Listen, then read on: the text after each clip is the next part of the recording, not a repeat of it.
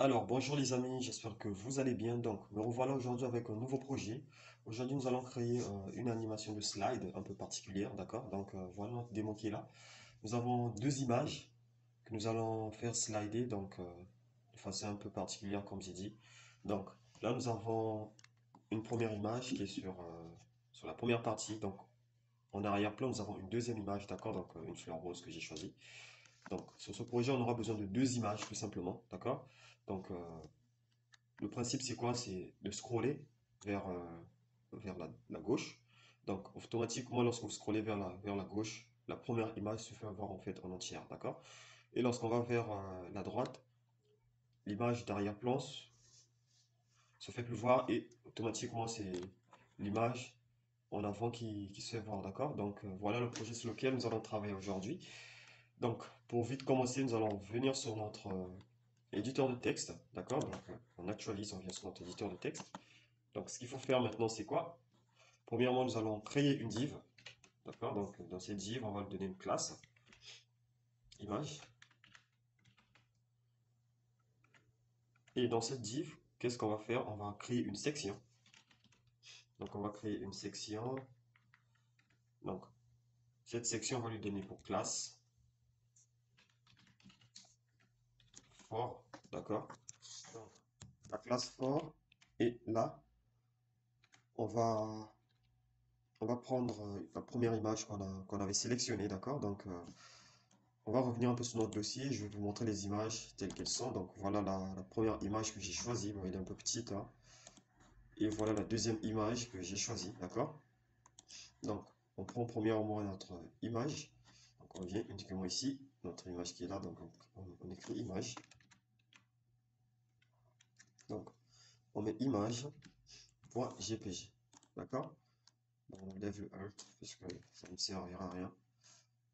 Et on vient, en dehors de ça, on crée encore une nouvelle section, d'accord? Donc, pour gagner du temps, on copie tout simplement tout ceci. On vient, on le colle là.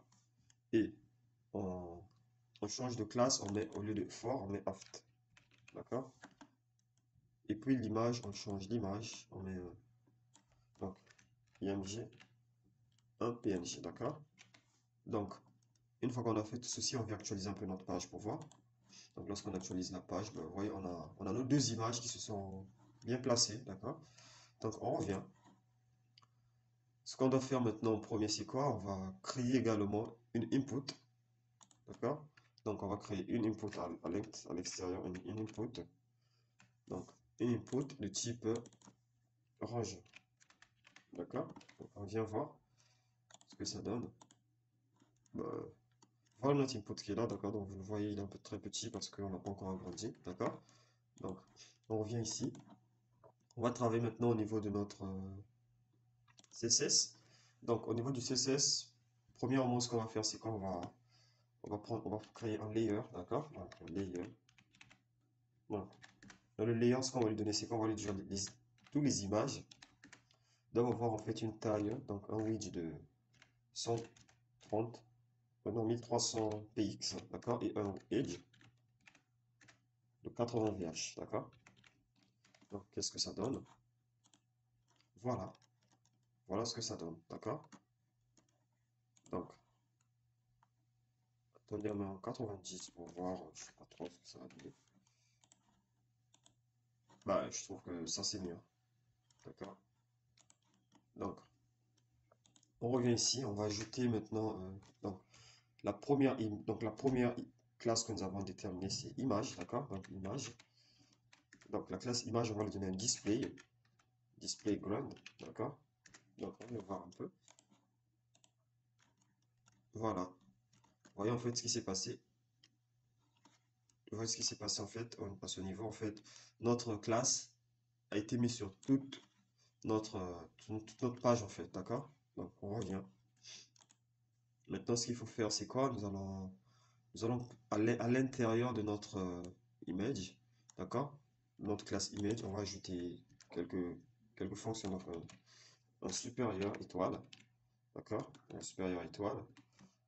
Donc ici, on met un braid. D'accord? Aria.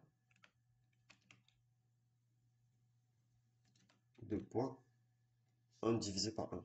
1 divisé par 1. D'accord? Ouais, je fais une erreur, celui de Brent, c'est grind. Ouais, là, donc lorsqu'on revient, qu'est-ce qu'on voit? Vous voyez? En fait, toutes nos images se sont superposées sur elles-mêmes, d'accord? Donc, c'est bien ce que nous on voulait pour pouvoir bien afficher nos images, d'accord? Donc, vous voyez même notre input, il s'est mis au milieu automatiquement, d'accord? Donc, on revient ici, là. Donc, on va ajouter toujours à l'intérieur, d'accord? Donc, un supérieur, section, donc notre section, d'accord? Donc, supérieur section. Donc, supérieur section, qu'est-ce qu'on va lui donner? On va lui donner un display grand, d'accord? On va lui ajouter encore un place, content, center, d'accord? Non, pas calcul, un center. Donc, lorsqu'on actualise, on voit, voilà nos éléments qui ont bien été centrés, d'accord? Donc là, on ajoute encore quoi? On va maintenant pointer nos différents éléments un à un, d'accord? Donc avant de pointer nos différents éléments, on va d'abord travailler sur notre input, d'accord? Donc on va prendre notre input. Donc notre input, on va lui donner un Z index, d'accord? Un Z index de 1. On va lui donner un apparence none, encore un apparence none, et on lui donne un background. Qu'est-ce que je fais? Background transparent, d'accord? Donc transparent. Et on vient ici à ce niveau. Donc, une fois qu'on a fait ça, on va ajouter maintenant un curseur point, d'accord? Un curseur point. Donc, on va actualiser un peu pour voir. Donc, pour l'instant, je ne voyais pas grand-chose, hein, je comprends. Vous voyez en fait notre petite ligne qui est là, d'accord? Là, voilà notre ligne. Pour l'instant, en fait, on n'a pas encore donné de couleur, d'accord? Donc, c'est sur ça que nous allons travailler particulièrement, d'accord? Donc, on revient à ce niveau. On va donner, on va pointer nos éléments dans notre point fort, d'accord? Donc, notre point fort, on va lui donner un WebKit, d'accord? WebKit, -mask, d'accord? Deux points. Donc, on lui donne un linéaire gradient, d'accord? Donc, linéaire gradient, on lui donne un to right, d'accord? Une virgule. Bah, on prend une couleur, on donne un dièse 0, 0, 0, d'accord? Espace 0 et puis on lui ajoute une var, d'accord? Donc la var, on va lui donner comme élément un i, d'accord? Donc on met une virgule, puis là on donne un 50%, d'accord? Et on ajoute également à l'extérieur, ici à ce niveau, une virgule, et on donne encore une couleur 0, 0, maintenant un 4, 0, et on ajoute un 0, d'accord? Et enfin on met un point virgule, d'accord? Donc on va voir un peu ce que ça va donner pour l'instant. Pour l'instant, ça ne donne pas grand-chose parce qu'en fait, pour pouvoir bien étudier ce slide, il faut l'associer avec un peu de JavaScript, d'accord? Donc là, on va ajouter d'abord notre deuxième élément, d'accord? Donc notre point after, d'accord? Donc notre after, qu'est-ce qu'on va faire? On va copier tout simplement tout ceci. On va venir le coller ici pour gagner un peu de temps, d'accord? Donc, une fois qu'on a fait ceci, on va modifier juste quelques éléments, d'accord? Donc à ce niveau, on ajoute un 0. Et là, on enlève un 0. D'accord? Donc, une fois qu'on a fait tout ceci, on revient. Maintenant, on va pointer. Donc, pour WebKit, tirer, slide, slide thumb, d'accord? Donc là, on va lui donner une apparence null, d'accord? Et on va lui ajouter encore un widget de 4px. On va lui donner un edge de 100 dvh, d'accord? Et enfin, on lui donne un background color red, d'accord?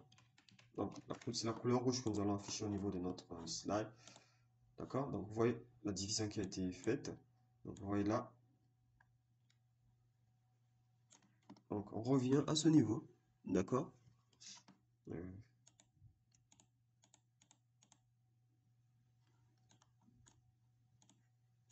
d'accord? Donc là, la couleur rouge, comme je vous ai dit, en fait, cette couleur rouge qui va s'afficher automatiquement sur notre élément, d'accord? Donc, on va compléter encore un autre. Donc là, on va encore ajouter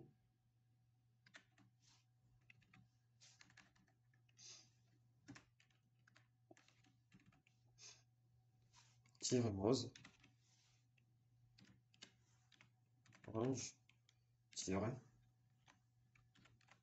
thumb, d'accord? Donc là, on prend l'apparence, non. On prend encore un widget de 4px, d'accord? Et enfin, on prend un edge de 100%, d'accord? Donc juste pour, non, 100 dvh, d'accord? Donc on revient actualiser un peu pour voir. Donc là, nous avons nos éléments qui ne se sont pas encore affichés, d'accord? Donc une fois qu'on a fini avec l'emplacement de nos éléments, donc on va copier tout ceci, d'accord? Donc on va venir le placer à ce niveau, donc dans notre input, d'accord? Donc pour pouvoir animer notre input, d'accord? Donc on actualise. Donc voilà nos éléments qui ont bien été repartis, d'accord? Donc ce qu'il faut faire maintenant par la suite, c'est quoi?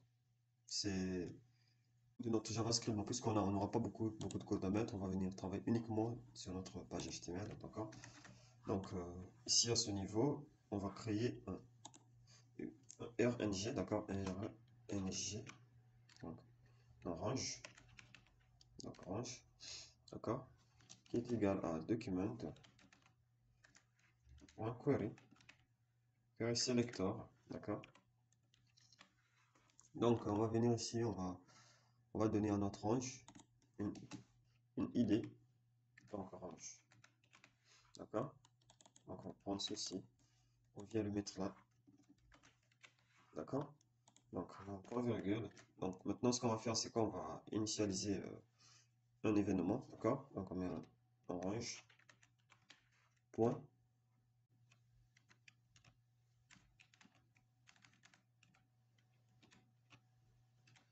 input, d'accord? Donc input, la fonction, d'accord? Donc dans cette fonction, ce qu'on va faire, c'est un document, d'accord? Document point body point style point set, d'accord? Set property, d'accord? Donc cette property. Donc là maintenant on va initialiser notre élément premièrement, c'est notre i qu'on avait donné dans notre CSS, d'accord? Donc on va notre i, ok, une virgule, on ajoute maintenant notre range point value, d'accord? Donc plus le pourcentage, donc le pourcentage, et voilà. Donc on actualise, on vient voir un peu ce que ça va donner. Donc là on fait ça, rien ne se passe, je sais pas pourquoi.